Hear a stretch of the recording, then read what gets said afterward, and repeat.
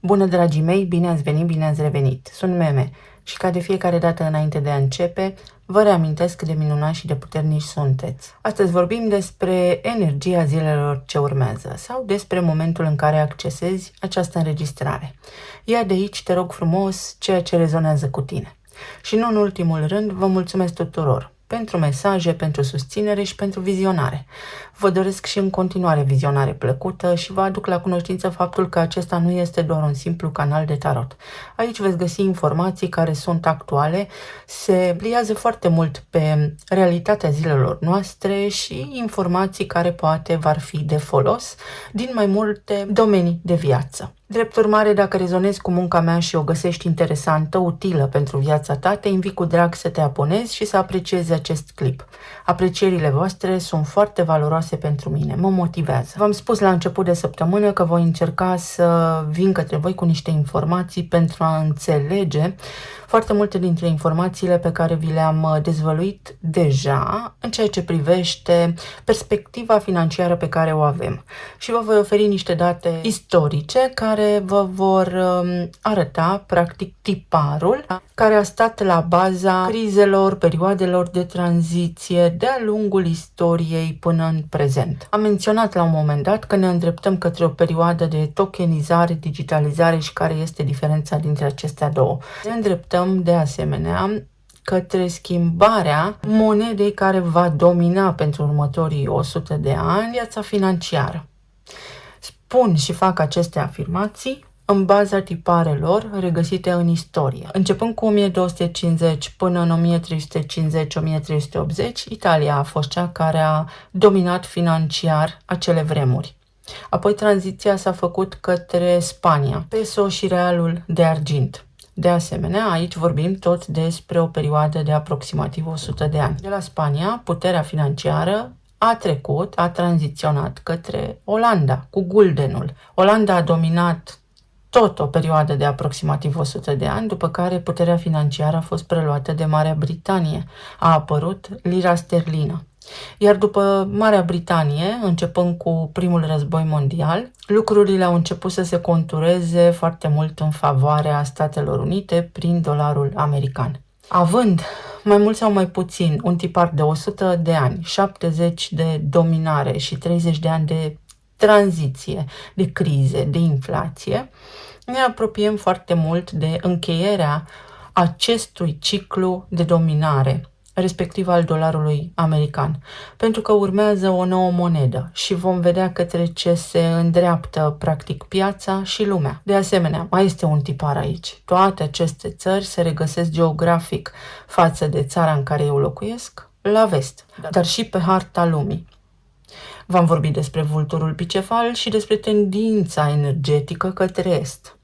Vom vedea dacă puterea financiară se mută în acea direcție către alte mari puteri ale lumii. În concluzie, sunt lucruri inevitabile care se întâmplă și nu doar noi ne-am confruntat cu aceste perioade de criză, de inflație și de tranziție de la o monedă la alta. Au fost și strămoșii noștri implicați în așa ceva, chiar dacă viața era diferită față de ceea ce trăim noi în zilele noastre. Să ne adunăm pur și simplu gândurile și să devenim foarte serioși, să vedem ce mecanisme putem implementa în acest moment pentru autosustenabilitate sau pentru sustenabilitate, astfel încât să putem păși prin această perioadă de tranziție, despre care vorbesc de 3 ani încoace, mai ușor, pentru că de evitat nu o putem evita. Fiecare cum va fi inspirat să o facă, prin a citi cărți, prin a-ți dezvolta mintea și prin a-ți asuma responsabilitatea asupra vieții proprii, pentru că un om educat, un om citit, are o perspectivă mai amplă, poate vedea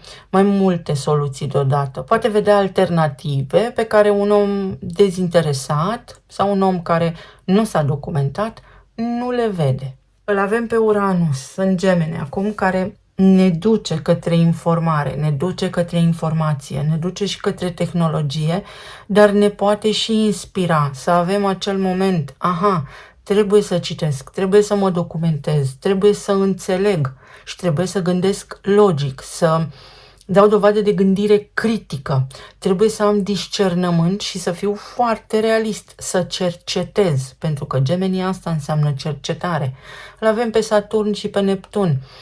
Chiar dacă avem energia aceasta de retrogradare cu foarte mult calm înainte, ar trebui să ne gândim decât așa ce putem face de acum înainte, cum ne putem clădi viitorul, pentru că viitorul nu se prezice, viitorul se clădește. Există probabilitate, există ideea de potențial. El nu există, îl clădim, ni-l facem. Să vedem ce ne spune energia mai departe.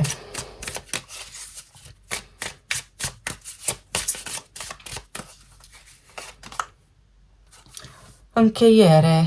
Se încheie un capitol, iată, la nivel financiar, 2030-2040 cel târziu, ar trebui să vedem tranziția încheiată, să avem vizibilitate în proporție foarte mare asupra zonei financiare. Până atunci nu trebuie să așteptăm, ci trebuie să ne documentăm. În altă ordine de idei, este o zi, este o perioadă în care poți rezolva foarte multe lucruri. Ori rezolvi ad literam treburi care sunt incluse în rutina ta, ori chestiuni care te apasă, frământări sufletești, gânduri, concluzionezi, acțiuni, idei, granițe, limite. Poate fi vorba despre hotărâri irreversibile pentru unii dintre voi și irrevocabile. Adică, odată ce am închis ușa după mine, nu mă mai uit înapoi. Trebuie să mă eliberez de ceva sau să trec la următorul capitol. Și este vital pentru viața noastră să luăm acest gen de hotărâri. Libertate. Mă eliberez, vă eliberați. Dintr-o situație treceți la un alt capitol. Este o perioadă propice, este o perioadă care susține energetic încheierea, mai ales pentru că în weekend avem luna nouă despre care v-am vorbit și exact așa s-a și prezentat energia pe parcursul acestei săptămâni. Termină ce ai de făcut înainte de a începe, dar să fii pregătit să începi. Adică documentează-te înainte, poate fi vorba și despre o eliberare la nivel sufletesc, despre hotărâri pe care acum le poți lua. Pentru că această perioadă vine cu liniștea necesară, care poate fi de dinaintea furtunii. Un nou început. Fascinant, într-adevăr. Un început. Te îndrepți către o perioadă în care, dacă îți faci planul foarte bine și ești foarte coerent, coerența te va ajuta, îți poți trasa foarte clar direcția pe care să mergi și te poți apuca de mai multe activități, poți avea niște planuri concrete care sigur că sunt și utile, sunt și benefice vieții tale. Poate fi o discuție importantă în parteneriate, în relații, parteneriate de tot felul, relații de tot felul, fie soțul, soția, partenerul de viață, fie cu partenerii de afaceri, cu clienții, în care să stabilești niște lucruri, să implementezi niște lucruri pe care vreți să le faceți, niște idei, să vă transmiteți reciproc ceea ce aveți de făcut, tocmai pentru buna funcționare a relației, sau poate pentru unii dintre voi este o concluzie finală. Vreau altceva. Dar înainte de a dori altceva, nu lua singur hotărârea aceasta, ci asigură-te că ai avut o discuție în prealabil.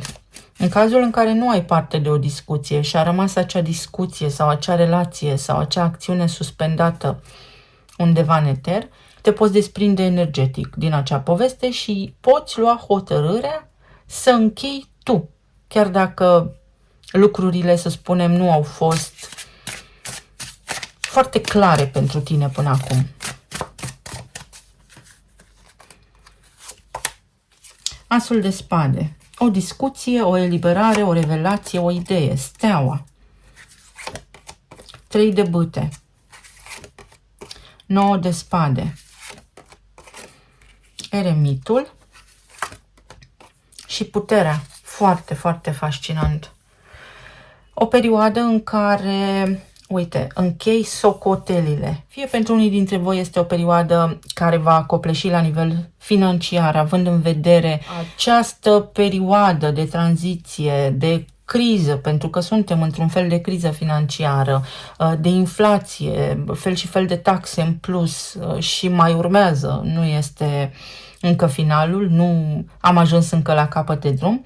Fie este vorba despre o perioadă în care vrei să clarifici niște lucruri care te stresează și trebuie să-ți faci timp, trebuie să aloci importanța celor lucruri, tocmai pentru a diminua acest stres pe care îl resimți zilnic. Unii dintre voi aveți senzația că în zona relațiilor v-ați îndepărtat de destinație, v-ați îndepărtat de idee, v-ați îndepărtat poate unul de celălalt sau poate lucrurile au devenit mai orgolioase între voi, v-ați îndepărtat pentru că fiecare dintre voi s-a ocupat mai mult de treburile personale, de propriile dorințe, dar nu și de cele comune.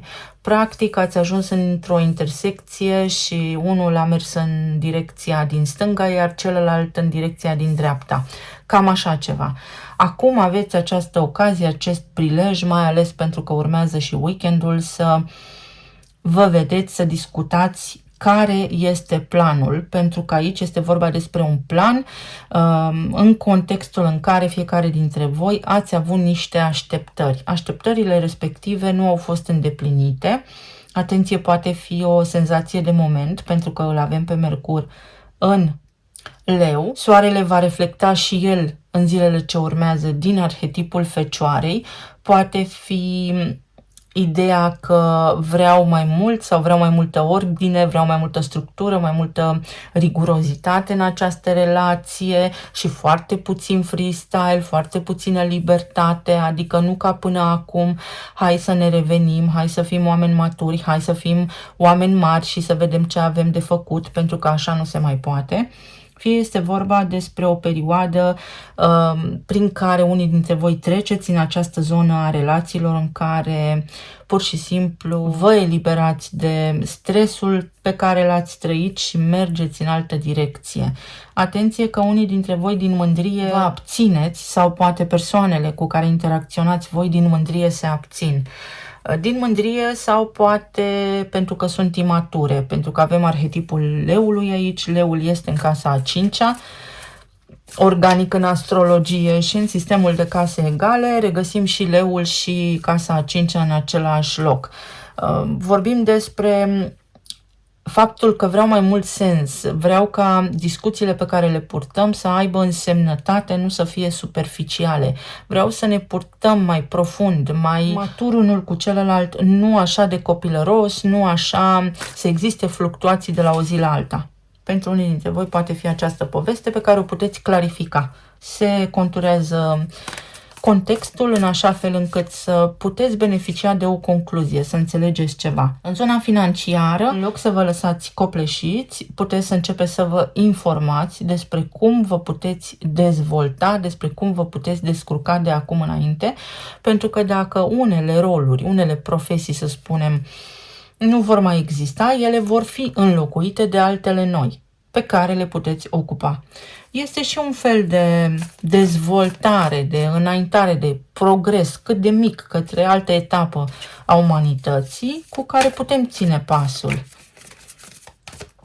Există un fel de rigiditate aici a cuiva care nu vrea să se schimbe, care are obiceiuri foarte bine plantate în subconștient și nu poate face aceste schimbări pe care poate unii dintre voi le doriți. Sau poate vouă vă este foarte greu să vă schimbați mentalitatea. Și am spus recent că trecem printr-o perioadă în care este, din nou, repet, vital pentru noi să ne schimbăm mentalitatea și să devenim mai conștienți, mai profunzi, să ne antrenăm mintea. Deci cineva aici se poartă ori imatur, ori orgolios, ori este rigid în abordare.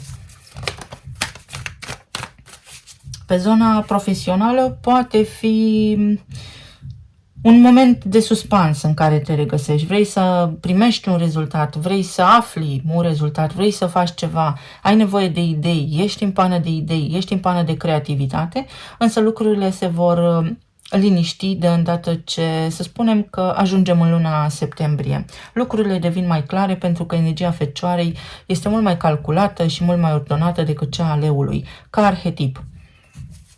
Deci afli niște răspunsuri în curând pentru care te-ai stresat acum, dar stresul acesta este din cauza că depinzi de terțe persoane care poate sunt încă în vacanță.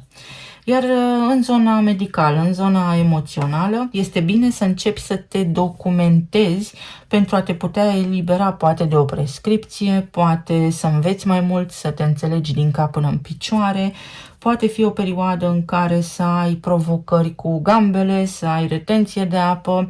Dacă se întâmplă aceste lucruri, au legătură cu sărurile, au legătură cu mineralele, toate aceste simptome pentru unii dintre voi. Sigur, consultă-ți medicul curant, însă investigează și tu ce se petrece în corpul tău, pentru că poți descoperi cauzele. Pot fi afecțiuni pulmonare, poate fi astm, poate fi iritație, poate fi alergie, pentru unii dintre voi pot fi ochi roșii sau provocări cu ochii. Dar aici este, uite, un asistent medical, un medic, un specialist care te poate sfătui, care te poate ajuta să te simți mai bine. Atenție în continuare la tot ceea ce ține de bolile cardiovasculare. Nu vă enervați. 6 de cupe. Trebuie să discutăm despre niște lucruri sau trebuie să reluăm o discuție, chiar dacă am mai vorbit despre acest lucru și aceste treburi sau faptul că repetați ceva vă stresează, tocmai pentru a vă mulțumi sufletul. Este vorba despre o reluare, este vorba despre o nouă oportunitate care se deschide, despre o nouă șansă, despre o a doua șansă pentru unii dintre voi de a atinge armonia. Nu este totul pierdut. În cazul în care acum aveți o idee conturată, mai ales voi cei care aveți cupluri, căsătorii și așa mai departe, situația se poate schimba. Încercați să nu fiți rigizi în gândire și să discutați, cel puțin să vedeți despre ce este vorba. Atât că această săptămână stă foarte mult sub ideea de la vorbă la faptă, adică doar vorbim sau și facem, implementăm, vedem concret aceste schimbări sau aceste acțiuni, nu promisiunilor deșarte, desigur. 3 de monede. Se repetă ideea de colaborare, parteneriat, hai să mai încercăm o dată sau cineva își revine la normal, la armonie, la starea de armonie, lasă deoparte nervozitatea, stresul și își revine la normal. Lucrurile își recapătă cumva așa vibrația anterioară între tine și cineva drag ție, poate. Pentru alții dintre voi este o perioadă în care s-ar putea să faceți niște drumuri la medic, dar veți vedea că starea voastră de sănătate se ameliorează sau cel puțin totul este sub control momentan, pentru că voi puteți interveni asupra sănătății voastre prin gândurile pe care le aveți, prin cuvintele pe care le rostiți.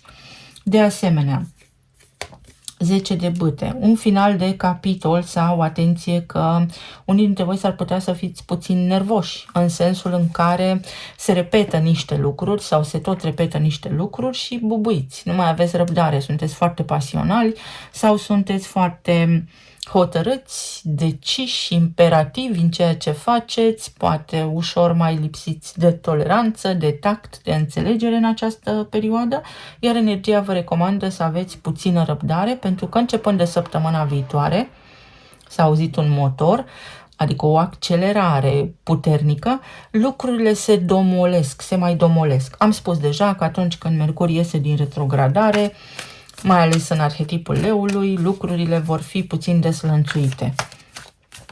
Pe zona financiară poate fi o perioadă în care să prindeți curaj să vorbiți, să vă cereți drepturile. Și împăratul, unii dintre voi să fiți promovați sau poate fi vorba despre o nouă încercare de a vă căuta alt loc de muncă, care vine și cu o funcție mai bună, dar și cu mai mulți bani. Este o perioadă drăguță, așa cum am spus, atâta vreme cât oamenii știu să își țină în frâu emoțiile și să se controleze, pentru că aici avem arhetipul berbecului. Berbecul nu iartă, dar berbecul și acționează. Nu acționează emotiv, acționează impulsiv. Deci aveți grijă la impulsivitate. Poate fi vorba și despre o persoană căreia voi îi spuneți blajin, empatic niște lucruri și reacționează copilăros, arogant sau pur și simplu nu stă la discuții. Iar voi acum puteți să faceți următorul lucru. Ori spuneți ce aveți de spus asumându-vă responsabilitatea spuselor voastre, ori vă retrageți și oferiți puțin spațiu acelei persoane, pentru că în momentul în care persoana respectivă se mai relaxează puțin, veți putea purta o discuție coerentă.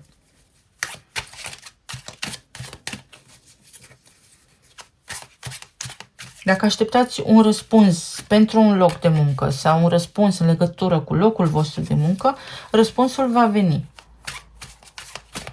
Vine, se întâmplă, este o colaborare, este o creștere, este ceva bun și vă oferă o poziție de putere, vă împuternicește, fie stabilitate financiară, fie chiar o poziție mai bună. Roata destinului, iată. Soartă, karma, cicluri, pentru că tot am vorbit despre cicluri de 100 de ani, mai mult sau mai puțin, da, matematic vorbind. Vorbim despre energia aceasta care se mișcă, dar care se mișcă în spirală. Ori noi, oamenii, din cauza limitărilor noastre, ne învârtim în cerc. Atunci când încercăm să tot facem lucruri și nu reușim, tocmai pentru că repetăm tiparele fără să fim conștienți de faptul că repetăm niște tipare. Sincronicitate. Pot apărea niște semne favorabile de parteneriate, semne favorabile, sau este cumva o perioadă în care, în funcție de ceea ce faci, aia primești.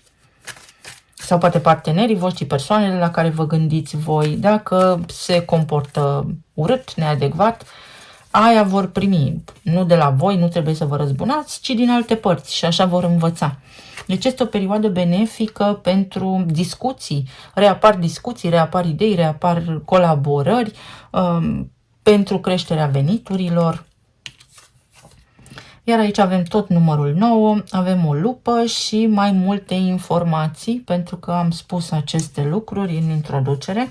Este absolut necesar pentru fiecare dintre noi să citim, să recitim, să înțelegem, de această dată la un alt nivel, pentru că trebuie să intrăm în spirală, nu în cerc, să ieșim din cerc și să intrăm în spirală. Spirala ne urcă, da? Nu ne întoarcem mereu în același loc, la același nivel, ci ne întoarcem în același loc, dar mai înțelepți, mai educați, cu mai multă experiență. Poate fi un fost angajator unde te poți întoarce, dar pe o poziție mai bună, poate mai bine plătit decât ești deja. Pentru alții dintre voi este o perioadă în care, din liniște, să vă găsiți răspunsurile și să aveți un pic de răbdare, să nu deveniți nerăbdători. Pentru că există aici o vibrație a nerăbdării care nu vă ajută, mai mult vă încurcă. Să vedem ce ne spun și talismanele. Unii dintre voi puteți beneficia de niște șanse neașteptate bune, mai bune decât credeați, sperați, v-ați imaginat. Este chiar mai bine de atât.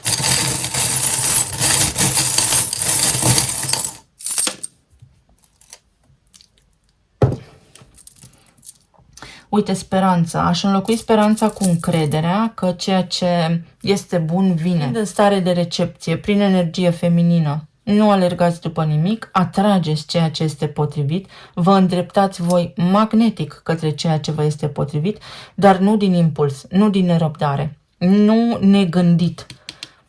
Arhetipul împăratului. Împăratul cucerește, lui nu îi se cuvine prin linia de sânge. V-am spus zilele trecute despre Esmeralda Quasimodo și Victor Hugo. Victor Hugo a fost printre puținii autori care au transmis în coduri, în metafore, prin comparație, ce schimbări au avut loc prin anii 1800, care au, sigur că da, legătură cu reprogramarea mentalității oamenilor, cu ștergerea identității naționale. Cuvântul Esmeralda are legătură cu linia de sânge, cu o linie de sânge foarte puternică.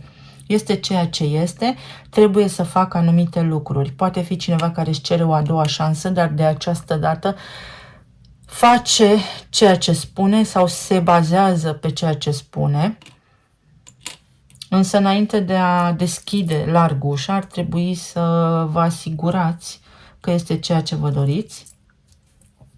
Meriți, uite, berbecul, poate fi o promovare sau un examen pe care îl luați, poate fi o poziție nouă la locul de muncă, poate fi ceva la modul progres în carieră, progres financiar. Se repară ceva, vă înveseliți. Este o perioadă veselă, Uite, Marte în balanță vă duce către armonie sau vă duce către negociere, către discuție, nu către decizii ireversibile și irevocabile, pentru că așa am deschis. Ești sigur? Pentru că odată ce iei această decizie este ireversibilă. Cu asta este concluzia, cu asta vă las. Atenție la provocări cu coloana. Uite, aici este o înghețată. S-ar putea unii dintre voi să aveți așa o senzație stranie în zilele ce urmează pentru coloană sau ar trebui să mai lăsați deoparte grijile și să vă trăiți și viața, să vă bucurați și de viață. Aici avem înaltul preot și aici avem luna. Luna, am spus, dacă bine mi-amintesc, în etalarea pentru această săptămână, data de 5 septembrie, pentru unii dintre voi poate fi importantă și are legătură cu evenimentul de lună nouă, care începe acum, prin care uite că ne sprijină și Marte din balanță. Luna nouă va face quadratură cu Uranus în Gemeni, cu ideea că trebuie să fii isteț, trebuie să gândești un pic mai mult, trebuie să te documentezi, trebuie să iei în calcul niște lucruri pe care în mod normal nu le-ai lua. Sau poate fi vorba despre un eveniment care începe acum, care se declanșează acum, care echilibrează o situație, o împăcare, o revenire, un loc de muncă în cazul în care nu aveai, o discuție mai profundă. Este un mic șoc, dar care te surprinde plăcut. O călătorie sau pentru unii dintre voi poate este momentul să nu călătoriți, să începeți să deveniți mai calculați, mai realiști și să vă puneți niște bani deoparte. Iar pentru alții dintre voi este o perioadă de relaxare, pentru că, uite, îți poți găsi un loc de muncă prin care să fii plătit și să faci și ceea ce îți place, iar asta înseamnă pentru tine relaxare. Poate fi vorba și despre o perioadă în care reușești să achiți niște facturi sau să faci niște lucruri care implică casa, pentru că avem arhetipul racului, unde încă o avem pe Venus, îl avem pe Jupiter, ceva ce mărește casa. Am înțeles, o schimbare, o mutare, ne gândim la o relocare, ne gândim la o achiziție de casă sau ne gândim la obiecte pe care le putem cumpăra prin casă, iar energia ne spune cumpătat. Cumpătat, faceți calculele înainte, pentru că puteți găsi ceea ce vă doriți, dar nu fiți impulsivi. Așteptați oferta cea mai bună. Vă mulțumesc foarte mult! Vă doresc să aveți o zi minunată, să fiți bine, sănătoși și iubiți, oriunde v-ați afla în această lume și să ne auzim cu bine și data viitoare. Pa, pa!